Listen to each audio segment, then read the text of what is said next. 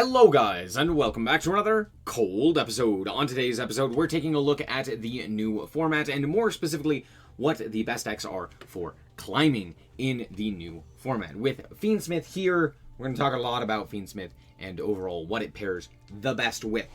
So let's quickly just hop into this. We have tiers 1 through 3 and then Rogue and everything else. Now remember, this is for climbing specifically, which is why I have the third tier as opposed to just Rogue, right? So that's pretty much it. Let's just quickly hop into this. Yeah, that deck exists.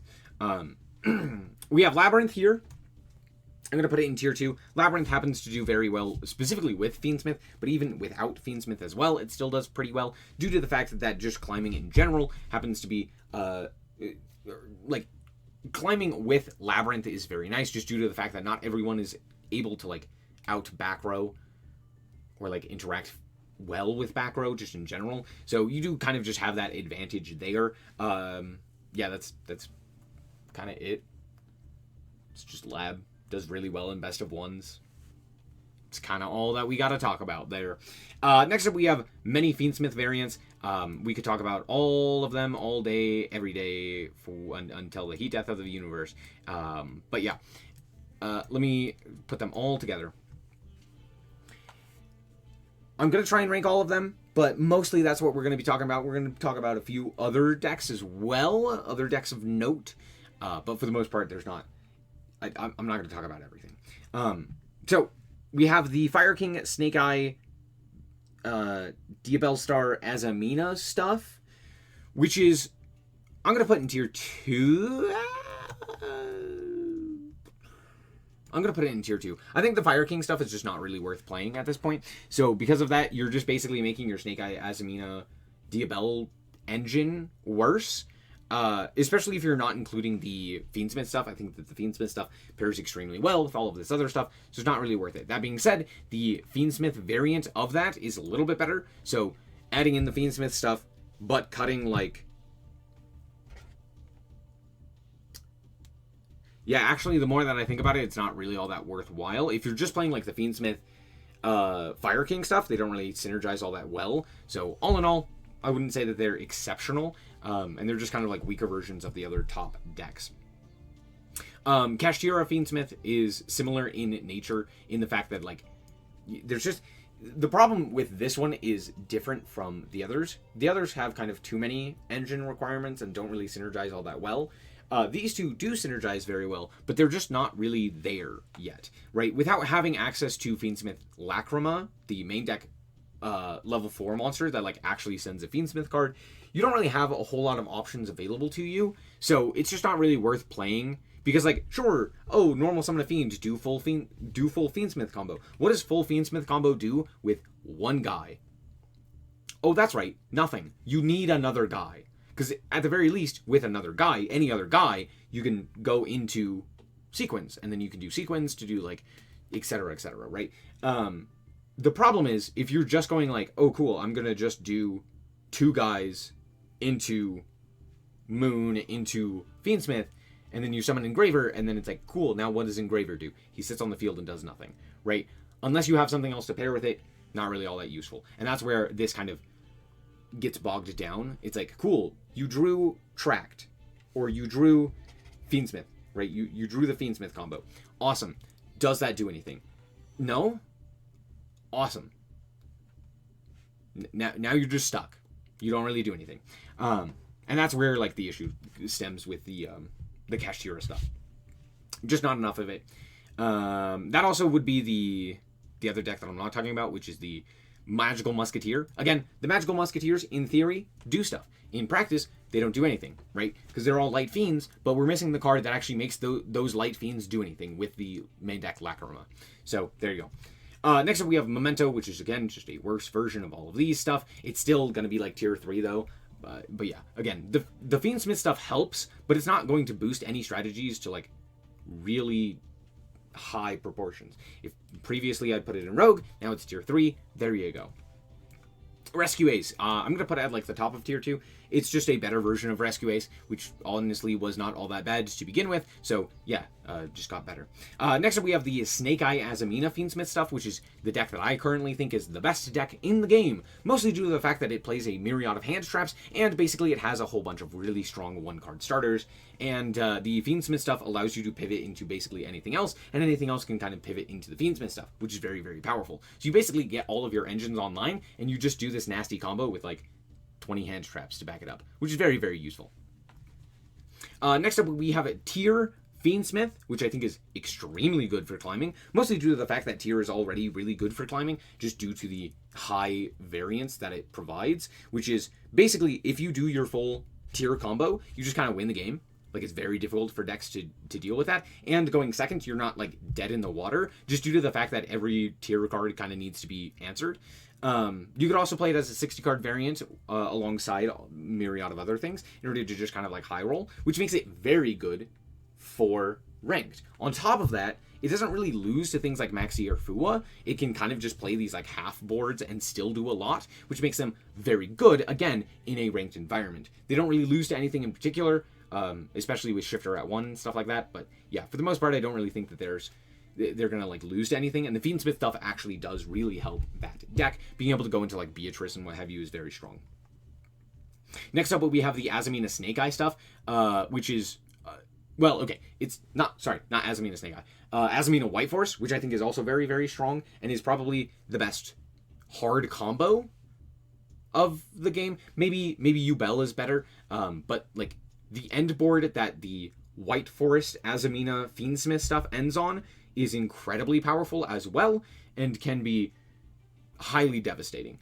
So all things considered, kind of more of a combo deck that loses to like Maxi and Fua, but still extremely strong and still has lines around those cards with like the Azamina stuff and what have you. So it's not like dead in the water. You can still play a high amount of hand traps, which makes it very good, and all in all. Next up, we have Tenpai Fiendsmith, which I have two variants of Tenpai on here, which is basically Tenpai with Board Breakers / hand traps, which is noted by the Sky Striker card, and the Tenpai with the Fiendsmith variant, which honestly, both of these are tier 1. Tenpai is just so incredibly good in a best of 1 format. Think Labyrinth, except better in every way for a best of 1, no deck knowledge or anything like that format, right? Because guess what? If your opponent is playing Tenpai and you go first, you can just immediately die to hand traps or board breakers or whatever it is, and then they normal summon a Hydra and you lose the game, right? So it's just kind of like a high roll, high variance kind of thing, except for the fact that it's not high variance because it's Tenpai and they basically always get to do whatever they want. Pretty much it. Sure, there are more hand traps which do matter against like Tenpai, but also there's a bunch that just don't.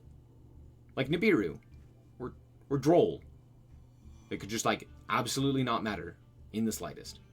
So there's that. Next up we have Ubel Fiendsmith, which I'm going to put probably right here next to the White Forest variant. It's just a harder combo. Not harder to perform, but like it does more with its combo. Does that make sense? It just ends on like a nigh unbreakable board. It's really, really powerful. So yeah, all things considered, extremely strong, extremely prevalent, and it does the whole like Ubel stuff and the whole Fiendsmith stuff with like one card, which is very, very nice.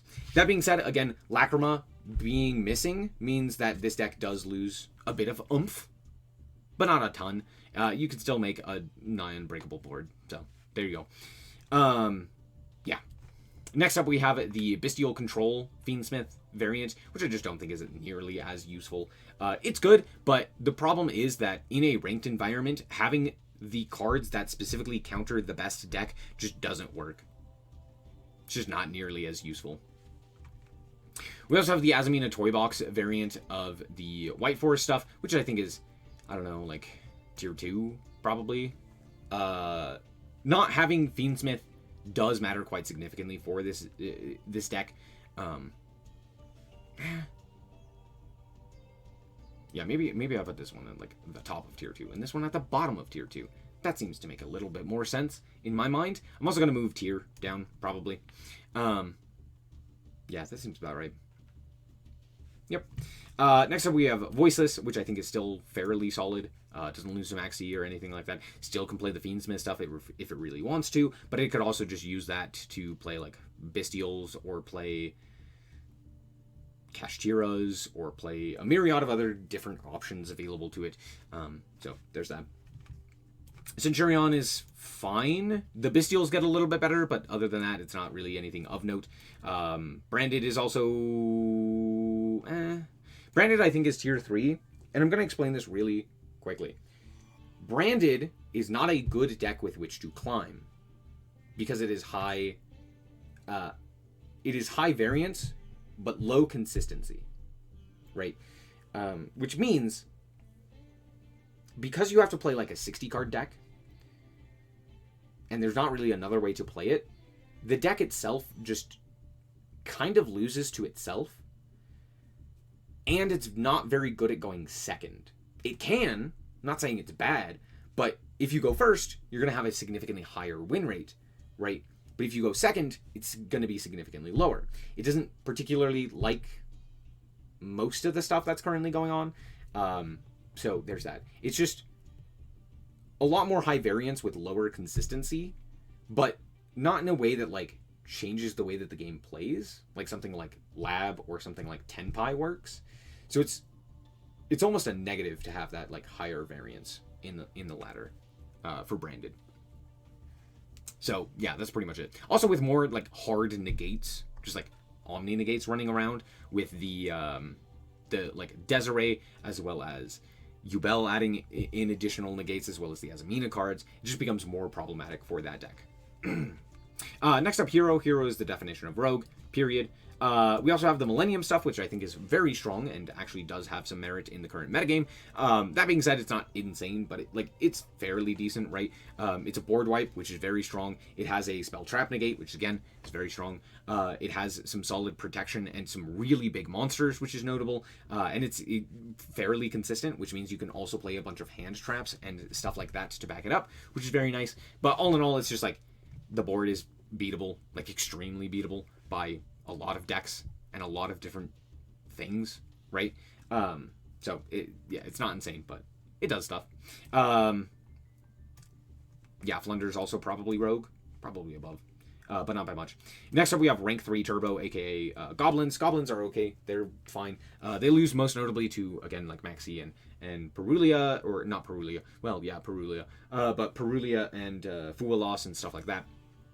And their end boards are not anything too interesting in comparison to like the myriad of other incredible combo decks that are in the game. And they don't really have the power of something like, for example, Tier, right? Where it's like you could just push through a board with just Engine. They don't really do that. They kind of need the non-Engine. So it's just kind of like a weaker version of all of the other combo decks. Just because the access to 3s is not nearly as important. Next up, we have Ritual Beast. Ritual Beast I'm going to put at the top of tier 3. I think it's good. Loses to a lot of the new Molcharmies and stuff like that. But just being able to like do a big-ass Wombo combo and end on like Baguska is still very strong. So, there you go. And Runic Stun, or just Runic in general. Well, Runic combo variants I think are okay, but Runic Stun is just not very useful, all things considered. Yeah, that's pretty much it that we're going to talk about. There are a ton of other decks that I haven't talked about, but this is mostly to give you a gauge onto like the Fiendsmith stuff and what that does in regards to like the current metagame. Most notably, like Voiceless Voice getting significantly worse, Ritual Beast getting significantly worse, all of the Fiendsmith variants that can play Fiendsmith getting stronger, right, and stuff like that. That's pretty much it. Hopefully this made sense, and thank you guys so much for watching. I hope that you guys did indeed enjoy. If you did, like us very much so appreciate it, and remember to always stay frosty. Bye bye. Shout out to the Frost Guard, my members. Thank you guys so much for the support, and I hope you enjoy the content.